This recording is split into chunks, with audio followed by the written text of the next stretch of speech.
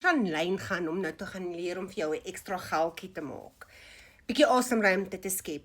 Ek gaan baie eerlik wees met julle. In die begin gaan dit net oor die inkomste. Ek was in 2024 'n mamma gewees. Ek wou net ekstra inkomste gemaak het om my uit survival uit te vat.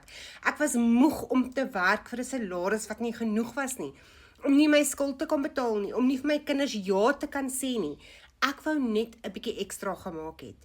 Maar ek is al 18 maande in hierdie spasie en vandag is dit oor soveel meer as net die inkomste.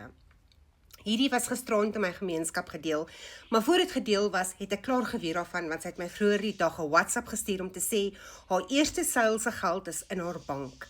En hierdie is vir my amazing, om te sien hoe ander vrouens weer opsies, keuses kry, om onafhanklikheid vir hulle self te kry, waar hulle in beheer is van hulle finansies, waar hulle vir hulle self iets groter bou, as wat die boksie waar hulle ingedruk was al hulle lewe lank, om te kan sien wat se potensiaal in hulle steek, en vandag vier ek vir Jana, want sy was baie bang geweest om te begin. Ek kan getuig en sy sal getuig daaroor.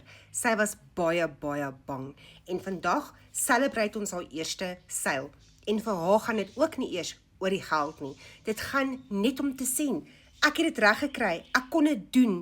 Ek was meer werd as wat mense gesê het. Ek was. So mamma, as jy nog vandag daar sit en jy is bang om iets aanlyn te probeer, daar's niks daarmee fout om net die inligting te kry, om te kyk wat daar buite is vir jou nie. Sê vir my mamma in die comments, en ek stuur vir jou my gratis gids, en ek wys jou presies